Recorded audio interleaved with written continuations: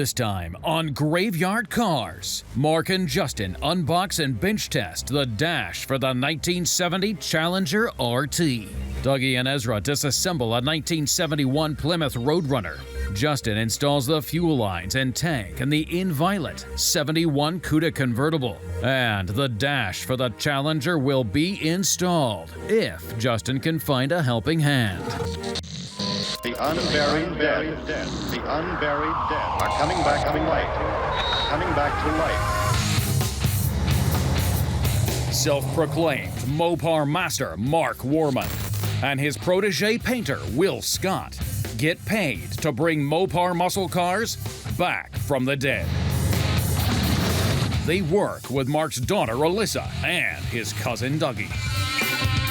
They're willing to travel anywhere to retrieve a customer's car, detailing how it lived its life and how it died. After that, they bring it back to make it look just like it did the day it was born.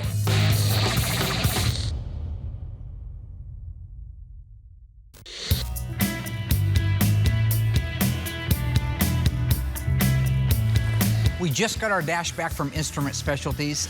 This is an all-blue dash for our 1970 Challenger RT, 446-pack 4-speed Dana Super Track Pack, B7 blue over B5 blue guts. Justin is taking the lid off of it. I'm gonna give him a hand lifting it out. We'll put it on our test bench, make sure everything's still working like it did when it left the Instrument Specialties, and then we can install it in the car. The main sense of urgency here is the folks are gonna be out in just a couple of weeks to pick it up, and we've literally been able to do everything but the dash. So as soon as we get the dash in it, we can wrap up the few things that surround that, and then we can have a big reveal, and I think they're gonna be thrilled to death to see this car, so. All right, ready? Yeah, let's take it off there, set it off to the side. Oh yeah. Yeah. Wow. God, that's beautiful. B5, right? Yeah. When we get this out, I'm gonna show you what they do, and then I'm gonna tell you what never to do. Okay, tell me when you're ready. Good to go. Got it.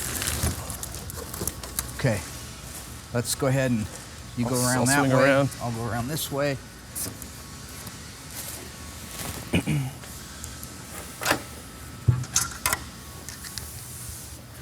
You know, our industry is like any industry. There's guys out there that think they can do something, and so they kind of can end up give the industry a bad name if they're not doing it right. You know, we don't try to save any money on our restorations. These cost a lot of money to restore, but when they're done, they look exactly the way they're supposed to. They function the way they're supposed to, and they are the way they're supposed to be. All right, we're tied in. You got it in? Yep. Great. All right. Okay, and we got a battery in. So what we're gonna do right now is we're just gonna run through a few tests. Why don't you hook the speedometer up first? And we'll go here, we go speedometer. Beautiful. About 70? So that's your little 318 in there tinkering around. Now we just put a 383 in it. We're doing 105 miles an hour. There you now go. We got the big 446 barrel 6-pack, and we're doing $150. Awesome, I love it. You see how all of the gauges shine and they look like they're supposed to. It's not just a decal put on there. It's re-inked. It's beautiful. It's the way it's supposed to be. And they reset everything to 0. Let's try that tachometer out.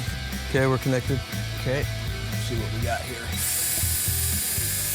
Works beautiful. Great, everything checks out, so we're going to unbolt this, install it in the car. You can start wrapping that thing up. Excellent. Love it. So today, Ezra and I are going to disassemble a fairly rare car. It's a 71 Plymouth Roadrunner. It's a 446-pack car. It's in pretty good condition. Even the underside of this car is real clean orange paint, no undercoating on it. So should be a pretty interesting car to dismantle. First thing we're gonna do is just pull the hood off.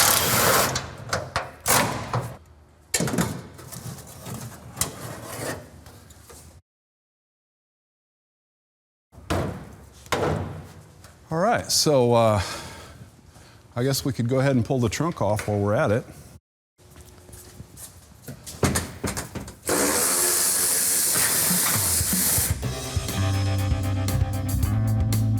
This is a 1971 Plymouth Cuda convertible FC7 in violet. We just got our stuff from Inline Tube, our brake lines, our vapor return line, and our fuel line. And I'm gonna go and I'm gonna start with installing the brake lines and the distribution block. I'm gonna start by setting the distribution block in here. There we go. While Justin continues work on the Cuda convertible, Larry installs the headliner in the 1969 GTX.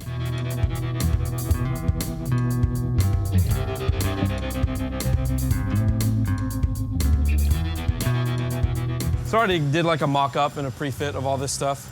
So I already got them out of the box, bent out the lines. They give you little tags on the lines when you get them, because they come in a box and they're bent. So they give you get a sticker here and a sticker here, and there's a bend, and that's where they tell you to straighten it out at. And so it makes it really easy for you. When you get your master cylinder in here, you can do some final tweaking to these lines just to get it to be able to line up right. So you never really know your placement that these are going to be yet. So I usually leave these ones loose until I get that master cylinder in there.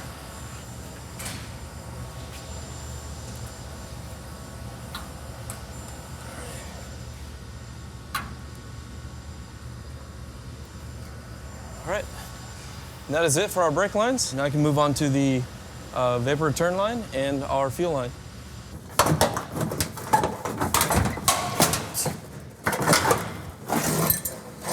All right. On which side?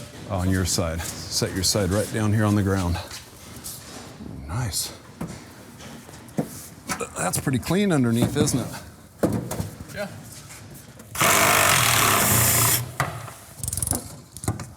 Things are pretty tight on there, huh? Yeah, they were. I didn't expect them to be that tight.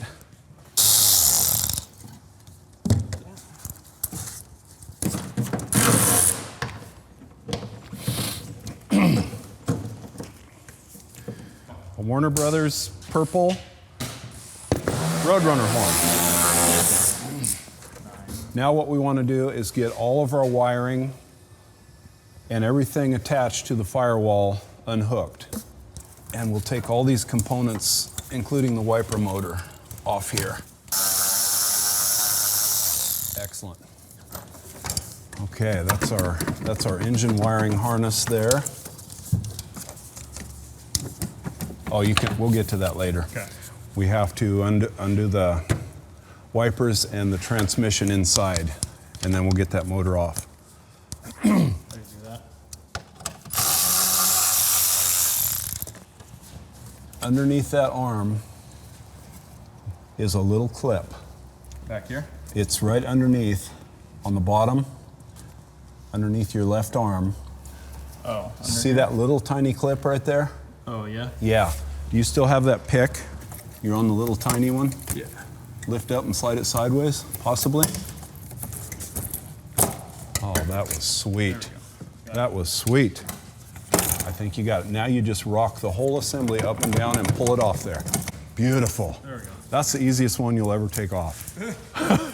I promise. I got the fuel line ready. I'm gonna put this one in first. I don't know how some other people do it, if they do both lines at the same time. I find that to be pretty difficult. So I'm gonna start with the fuel line first and then go to the vapor return line.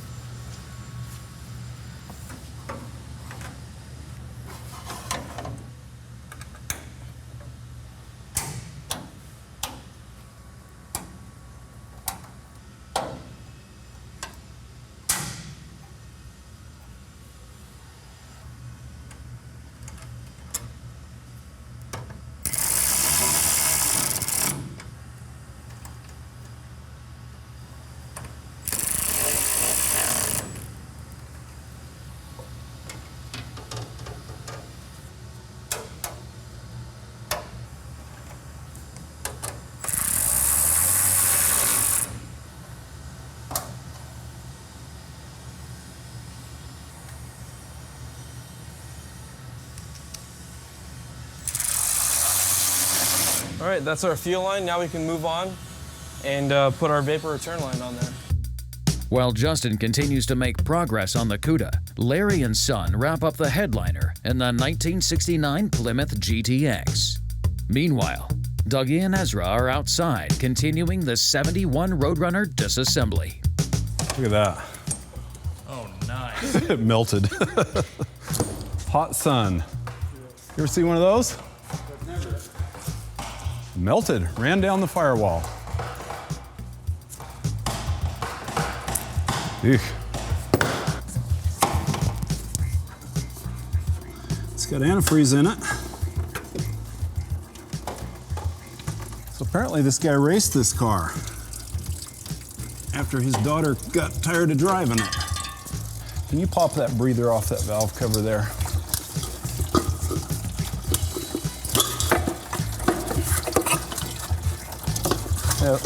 Yeah, that works. Oh, That's okay. All right. Need to unhook our throttle linkage and...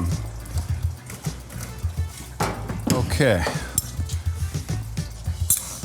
So we can probably raise this up and get our front fender bolts loose.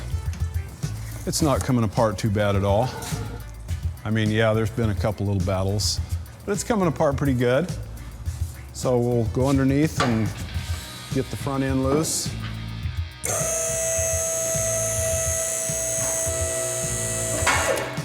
How's that for height? This follows the exact same path as our fuel line, so there's nothing crazy that's gonna happen.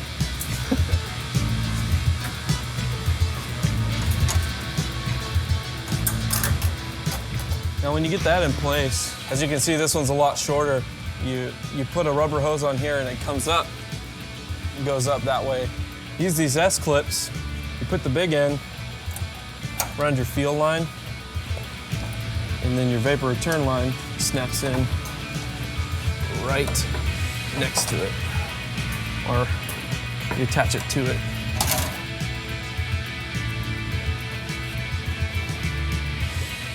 And where this line doesn't end up following our fuel line is it branches off this way. Now that we got these on, we can go ahead and prep the gas tank, get our fuel sending unit in, get our gas tank mat, and put all that on, and then we can lift it up into place, put the straps on, get our J-bolts hooked up. Coming up, Justin continues work on the inviolate 1971 Cuda convertible. Dougie and Ezra dive deeper into the disassembly of the 71 Roadrunner.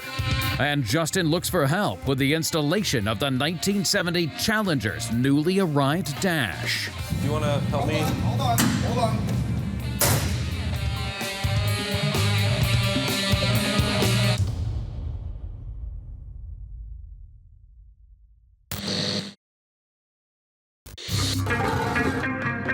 The car of the year in 1969 and the car to catch in 1970, the Roadrunner, lives up to its name, like this one awaiting its restoration. In 1970, a new addition was the Dust World tape stripe, adding new identification to America's most exciting car. But it's what's under the hood that makes a Mopar a supercar. Standard on the Roadrunner is the powerful 383 4-barrel. If you want a bit more power, you can option the sizzling 440. Roadrunner included all the hot options, including power brakes, power steering, torque flight transmission, air conditioning, and automatic speed control. The plethora of options, performance, and style make this 1970 Roadrunner our corpse of the week.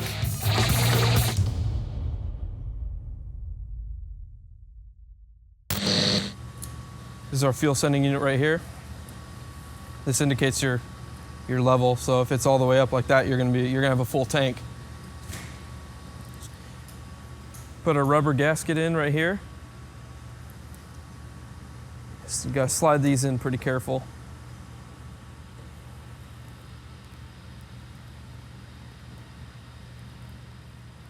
And wherever your fuel line is coming, sticking out at, your main fuel line from the car, you want to make sure that your sending unit isn't tipped a certain way that it's not supposed to be, or else you're not going to get a correct reading on your fuel gauge, and that'll be very frustrating.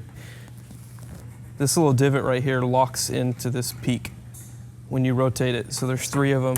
So you got to make sure you lock this into each one of those peaks. So you got to rotate it all the way around like that. So just keep some pressure on that. Just start tapping it into place. There we go.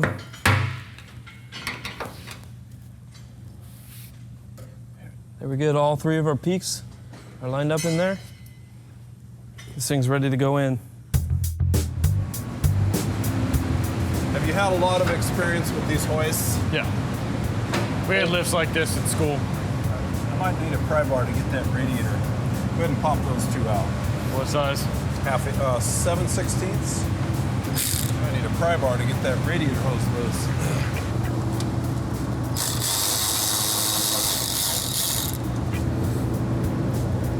Or just get a sawzall and cut it. What do you think about that? Well, that'd be the more fun and quick way, but it moves a little bit. You just gotta, it's just being an ass. Yeah. It's almost off. And get a little leverage. Oh, yep. There we go. Oh, sick. Oh, yeah. Yeah. That's the color I imagined it'd be. Rust. Yeah.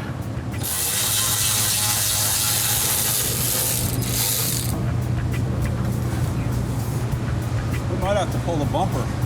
Huh? We may have to pull the bumper out. Why not? Yeah, let's do that. Let's pull the bumper out.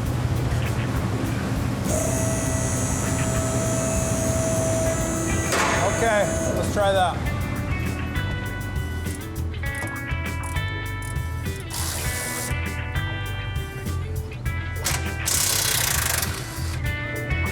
All right, the last thing we need to put on the fuel tank before we can go and lift it up into the car, just got to put the filler neck grommet in here. Just want to be careful you don't drop it in the tank, because that'll be hard getting it out. There we go. All right, now I'm going to grab our fuel tank straps and strap bolts, set them into place.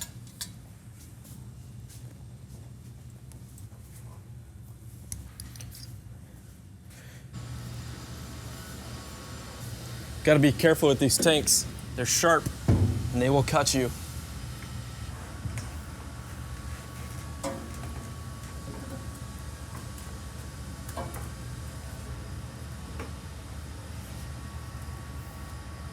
Okay, I kind of got it pinned into place. Now I'm going to make some final adjustments to make sure we're lined up right. All right, so our alignment is looking pretty good. Then you can go, after you get that, you can go ahead and start getting your straps pulled into place.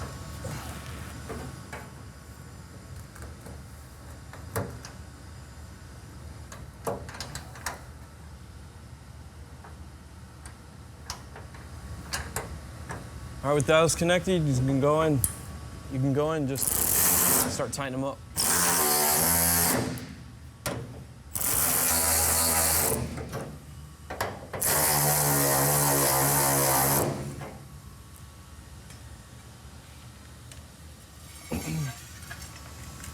Just your average deep socket isn't going to go this far, so you're going to have to get yourself a special deep socket, or else you're going to be sitting here for a long time with a wrench or a ratcheting wrench, and it's not fun. All right. We could pull the tires off. It might make it easier to get in there. Yep. 3/4 inch, and can you tell if the lug nuts are left-hand thread on that side? Are they marked?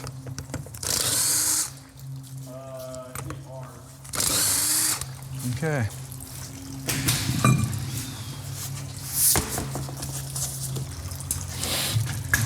Okay.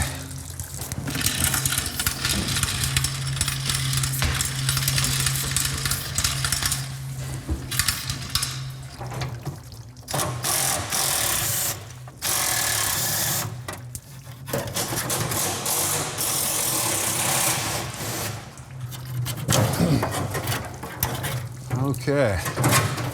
Hey, Ezra, Did Mark ever tell you the story about the time we were trying to burn off our tires? And we kept telling him that our tires were so good we couldn't burn them off, so him and his friend were going to trade tires and try that.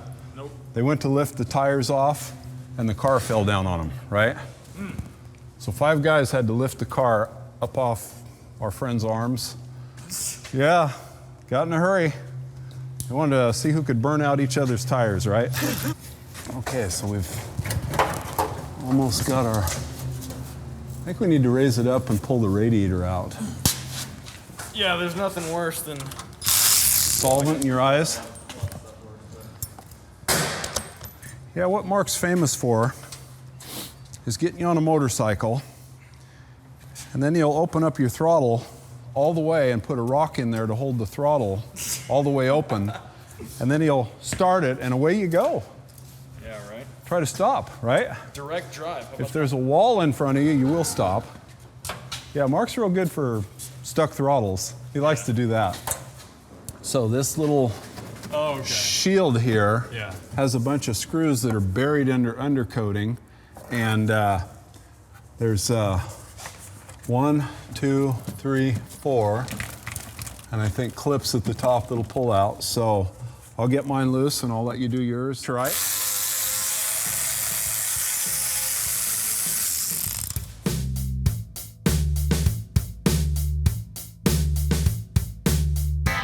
With a 70 Challenger Dash unboxed and tested, Justin needs someone to lend him a hand with the installation.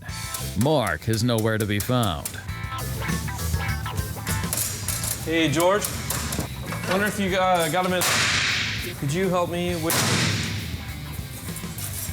Could you possibly help me install a dash? Can you help me put in the... Can you help me? Can you help me install a dash? No? She's got no time.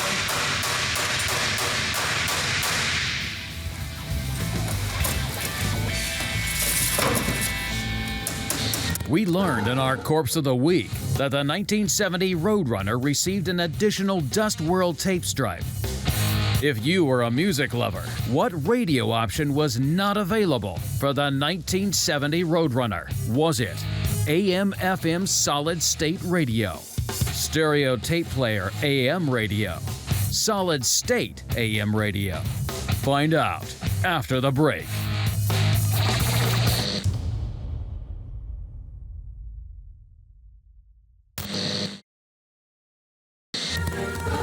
We learned in our Corpse of the Week that the 1970 Roadrunner received an additional Dust World tape stripe. And now we've asked what radio option was not available for the 1970 Roadrunner. Think you know? Well, we pulled a fast one on you, because all of these were radio options for the 1970 year. Which option would you choose?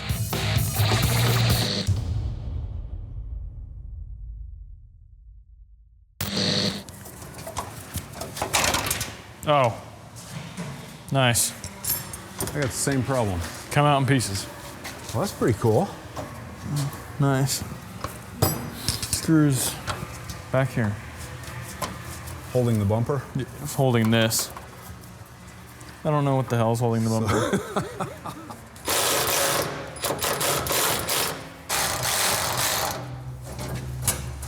Yeah. Loose. Yeah. Okay. We've already taken the sides out in order to get to the bracket that held the bumper to the fender. Jiminy Christmas. How do they build these things? And now we're having trouble getting the bumper out because of the valance. Yeah, I think it's just this bottom piece hanging it up. So we'll need to lower it down and get those lower bolts out.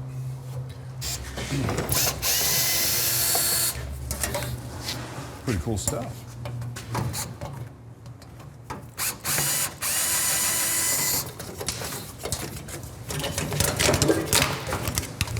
Plastic out of here. You reach yours? Without cutting myself and getting tetanus, I don't know. Yeah. without all that. Okay, now once that comes out, I think everything's ready to drop.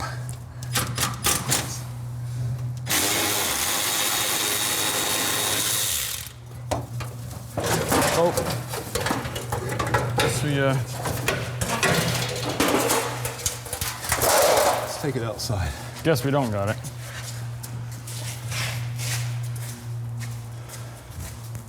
Someday I'll figure out how to take a car apart. Well, what it looks like to me is it's the R980 XR is going to be the right one because it's got all the nice features that you need on it. Got a question for you. Yeah, so if you can do that, get me a quote with the weights and all the stuff that I need. And we'll get back together and circle back around. Does that sound all right? Okay. No, that sounds good. Yep, I'm just looking for a final price. You ever ride dirt bikes? I used to own one. What size? 125? Nice. Yeah. You ever ride a TM400? Nope. World's fastest production motorcycle, back in 1974. I spent a lot of time on my back, as well as other. One time I was riding out across the field, just got it running again, and somebody dumped a big mound of dirt about 3 feet tall. Oh, About nice. 3 feet tall. Yeah. So, man, I'm going out across that field just, as Mark would say, honking. Yeah. And the grass was really tall that summer, and I had no idea that mound of dirt was out there in that field. So, man, I'm going out across there. I ain't got no helmet on, right? We were kids. We didn't need helmets, right? Back in the day. Didn't even have to wear seat belts in these cars back in the day. Right. So anyway, I'm ripping out across that field, and all of a sudden, the next thing I know, I'm going up in the air like a rocket. I swear I went 14 feet up in the air. And then I came down like a rocket. Landed on my head. Oh, yeah. Kind of hurt. I lay there looking at the sky, and the sky looked really bright blue, you know? Yeah. So anyway, moral of this story is, be careful when you're on a TM400 and wear a helmet, right? Yeah. Yeah. That's what most people would get from it. I really should be wearing a helmet right now. Yeah.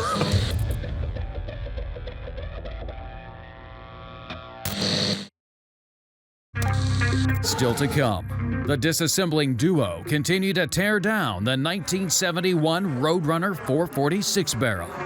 And with the 71 convertible Cuda's gas tank installed, Justin moves on to the installation of the newly arrived dash for the 1970 Challenger. But first, he needs to find someone in the shop to lend him a helping hand. You want to help me? Hold on.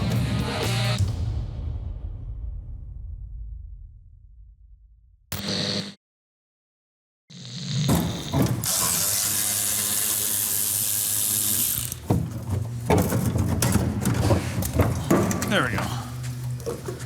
Look at that, it's got an under fender light. Oh, dude. Is that factory?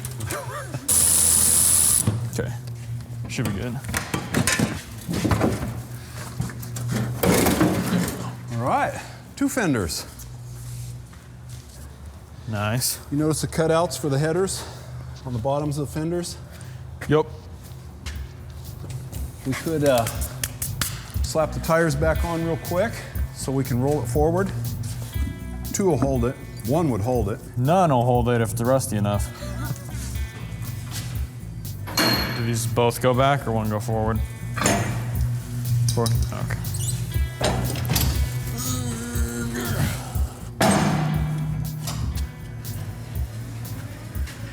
Oh, dude, nice tires. Okay, so we have a door cart here. Yep. Takes a load off our backs. So we're gonna wheel this under the door. Okay. You got it set? Yep.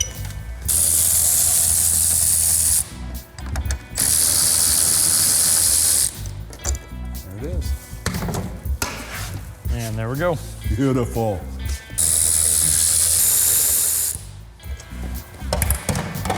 There we go. Get it out of here. Get it out of here. All right, so we have some additional parts in this car.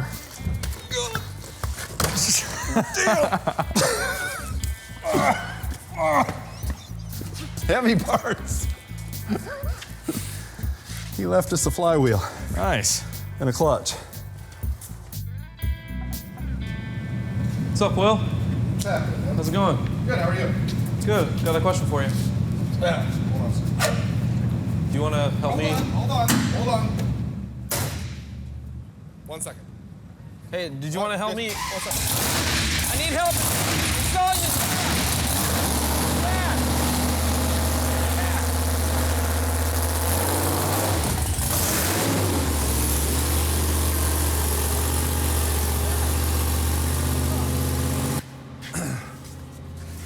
And a manifold. Oh boy.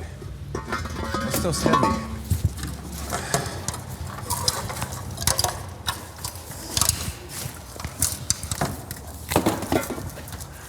Oh, that's cool. Has the firing order right on the intake manifold. Yeah. 18436572. 184365. Yep. How'd you know that?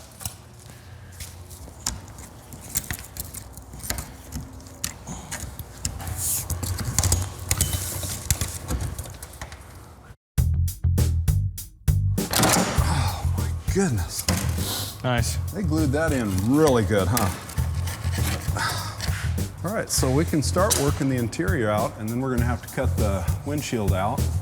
So we're gonna need a bunch of Phillips screwdrivers. There's one. Excellent.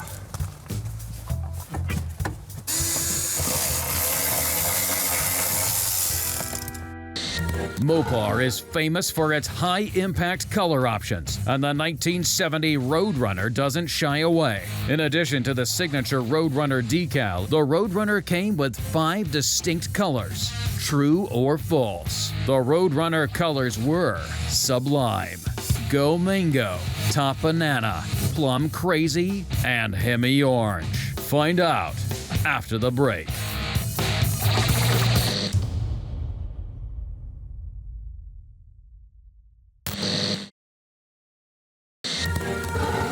So, we've made the claim that the 1970 Roadrunner came with 5 distinct color variations. Were we telling the truth? Well, not exactly. You see, these are the 5 color variations if you were driving a Dodge. Plymouth, Chrysler, and Imperial called them Limelight, Vitamin C, Lemon Twist, In Violet, and Tour Red. If you didn't know, now you do.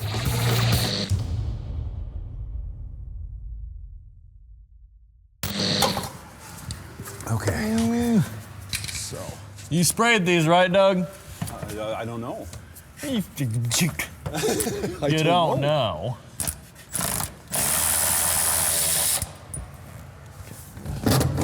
There's one more, man. Chill out. One more to go? Yeah. Is that good? Beautiful. Sweet. You did it. Here's another one for you. Is there any tag under that seat? No, but there was a tag in there. Okay. Oh, wait, I think it was on this driver's front seat, but might have fell off. After the arrival and bench testing of the 70 Challenger's dash, Justin has been searching. Can you help me install a dash? Fruitlessly for help with the install. Fortunately for him, Royal is loyal to the cause. I'll help you out. Yeah. Those guys won't help you. Thanks a lot. I know I asked everybody and they didn't want to help. Well, they didn't have time to, at least. You have time to? All right, so here it is. Nice. That's Gorgeous, very isn't nice. it? Look at all the detail. They do a really good job.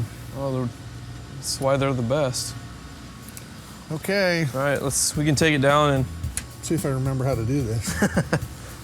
It's been a while. Yeah, what's the last one you did? The last dash I did would have been the convertible Coronet. The Cornet? Oh, okay. Yeah. Wow. Yeah, that was a long time ago. Alrighty, you ready? Okay. So, Oh, yeah, this old guy ain't squatting down through there. And then up. Up. Okay. Loosen and oh, wow. Nice and light. We got a broadcast sheet. We got a broadcast sheet. Oh, first one. Don't take it out. Just leave it. All right. So here's the driver's side. A little crusty, huh? Sick, dude.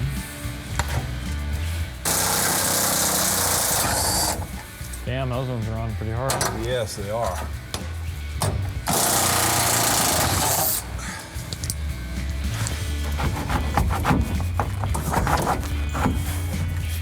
These things hang on good, don't they? There we go. Got it. Okay. What do you do with two of these? There you go. Nice. Nice.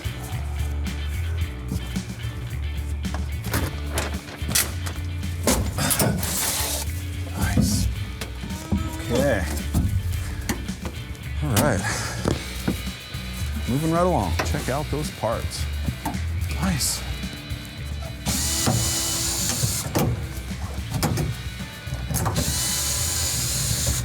Dead bee assembly. Dead bee assembly. There's even more. Make sure you get all of them. Nah, I'll just leave their dead corpses. No bees left behind. Dead corpses in the graveyard.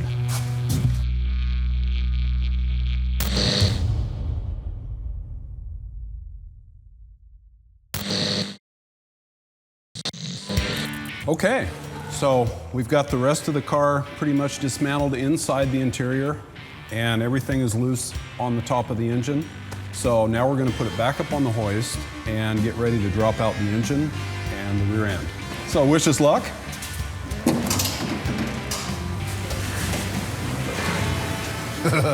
Nice. You're gonna have great steering with that. A little bit further back. Might be good, bro. Okay, go ahead and raise it up, Ezra.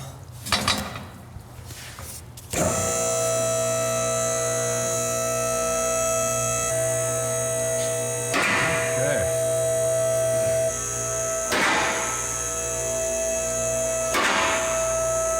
A little bit more. There, right there. Oh.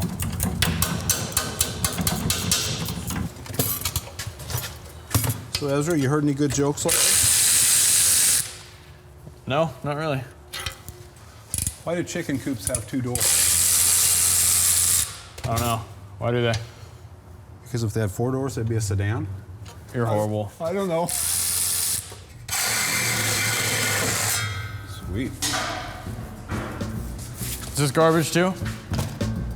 Yeah. Uh-oh, what's he doing? Hi, Cousin Mark.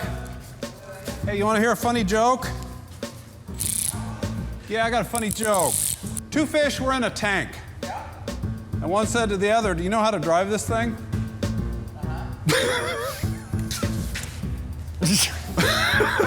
It was a Panzer. I don't think he liked our joke at all. I can't top Mark at all on jokes, can I? Not with dad ones.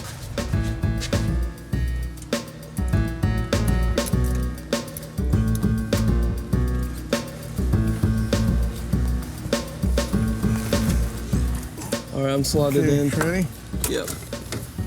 You in? Okay, yep. Okay. I guess we can start making our connections. Yep. I think so. See, we can probably rest it down on your knees if you need. Some of these connections I can make This is going to be. when Oh, the it's dash even is more. up. Yeah. Heater box. Yeah, it's tucked pretty far in there on this. Golly, I'm way out of practice. Nice. Everything is so clean and labeled. Isn't that Nothing nice? wrong. Yeah.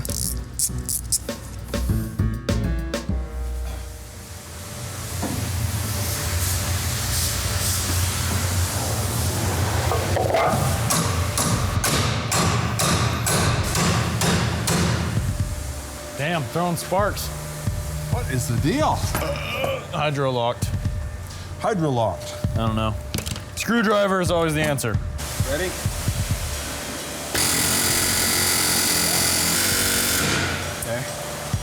Backed out. Rust falling off?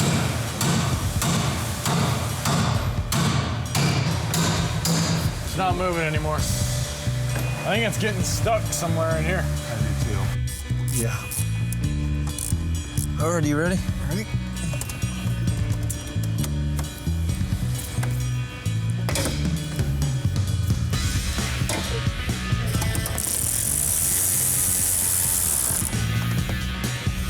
Got one. There we go. So we got it. That's it. High five. There you go. Nice job. Let's get out of here. So we had a little trouble with the driver's side torsion bar on this car, and I'm tired of fighting it. So we're gonna take a different approach now. What we're gonna do now is loosen up the K-member bolts, and we're gonna pull the K-member off the torsion bar and leave the torsion bar in the car and deal with it later. Here we go. This car's been a battle. Yep.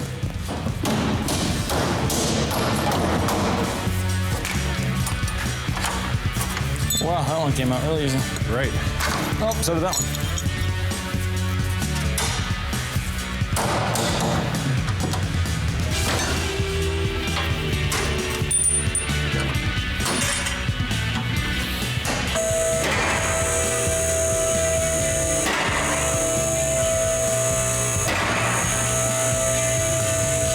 Okay, that's good. We're good.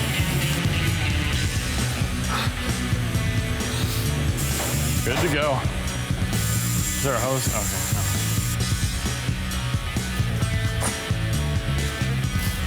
That was a battle, but we finally won, right? Yep. Victory? We beat a Mopar. Yes. Got it. Oh, good day, Ezra. Yep. Ready to call it a day? Yep, definitely. Thank you, buddy. Yeah. Good job. Yeah. There we go. All right. Adios, Mopar. We actually connected that time. We didn't miss.